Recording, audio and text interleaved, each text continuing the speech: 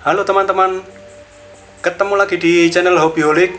Saya membawa sabun mandi. Di video ini kita akan bereksperimen dengan sabun mandi. Sabun mandi kalau mulai habis kan bentuknya menjadi kecil-kecil seperti ini ya teman-teman. Biasanya hanya dibuang. Kali ini akan kita manfaatkan. Akan dibuat menjadi apa? Simak terus video ini, jangan di skip ya teman-teman, biar paham sampai akhir. Oke, kita butuhkan wadah. Dan dengan bantuan batang kayu ini akan kita serut sisa sabun mandi ini yang biasanya sudah dibuang ke tempat sampah. Kita serut menjadi lembut seperti ini ya teman-teman. Kita serut kemudian kita bejek-bejek seperti ini biar lembut. Lalu di dalam botol ini ada bensin pertalite. Akan kita campurkan dengan serutan sabun mandi ini tadi. Nah, teman-teman pasti ada yang sudah tahu ini fungsinya untuk apa. Yang belum tahu, terus ikuti video ini agar paham fungsinya untuk apa. Akan kita buat bubur dari campuran sabun mandi dengan bensin pertalite ini teman-teman. Kita aduk-aduk terus dan kita tekan-tekan sampai tercampur rata antara bensin pertalite dengan serutan sabun mandi yang sudah kita siapkan ini ya teman-teman. Seperti ini. Selanjutnya akan kita tempatkan pada wadah plastik. Kita siapkan wadah plastik. Ini bekas tempat kosmetik untuk memasukkan campuran serutan sabun dengan bensin pertalite tadi. Nah, di dalam sini saya rasa ini kurang bensin pertalite-nya. Kita tambah lagi dan kita aduk lagi sampai bentuk sabunnya ini menjadi lembek sekali ya teman-teman, menyerupai bubur. Terus kita aduk-aduk sampai semuanya tercampur dengan rata. Diaduk-aduk terus agar nanti lebih mudah digunakan. Kalau dirasa kurang, kita tambah lagi pertalite-nya sampai jadinya seperti ini teman-teman, seperti bubur ya teman-teman. Inilah campuran bermanfaat antara sabun mandi dengan bensin pertalite. Kita tutup dulu campurannya. Nah, sekarang akan saya beritahu manfaatnya untuk apa. Ini adalah kayu-kayu. Nah, biasanya dibakar kalau kita berada di alam liar untuk membuat api unggun atau jika kita memerlukan api. Tapi kalau langsung dibakar ini akan susah ya teman-teman, apalagi dalam kondisi basah.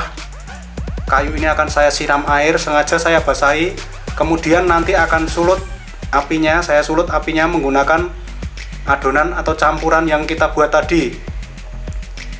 Tunggu sebentar, saya ambil air dulu untuk menyiram kayu-kayu ini teman-teman. Kayu-kayu yang kita gunakan praktek atau eksperimen ini akan kita siram air sampai basah dulu. Nah, saya siram air cukup basah ya teman-teman.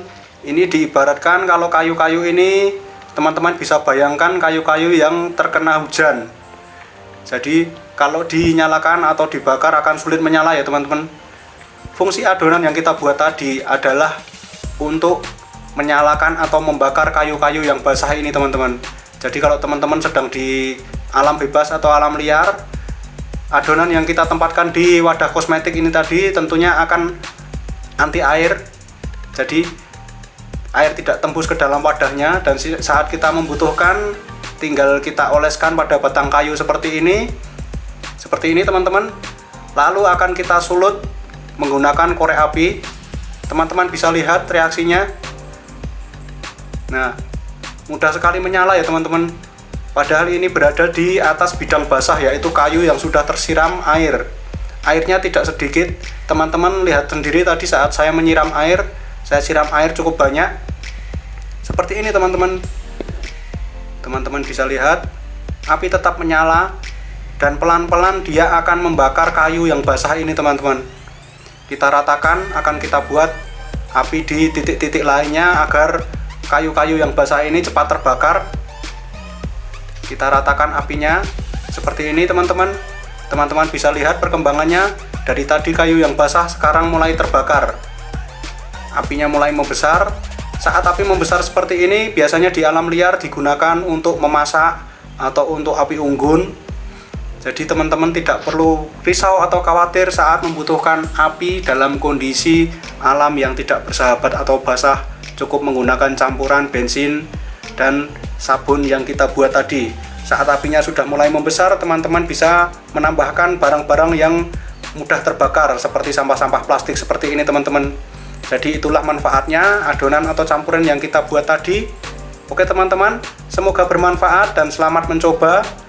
Terima kasih sudah menyaksikan video ini. Jangan lupa tinggalkan like dan komentarnya. Yang belum subscribe jangan lupa subscribe channel Hobbyholic, dan sampai ketemu di video-video kreatif selanjutnya. Terima kasih teman-teman.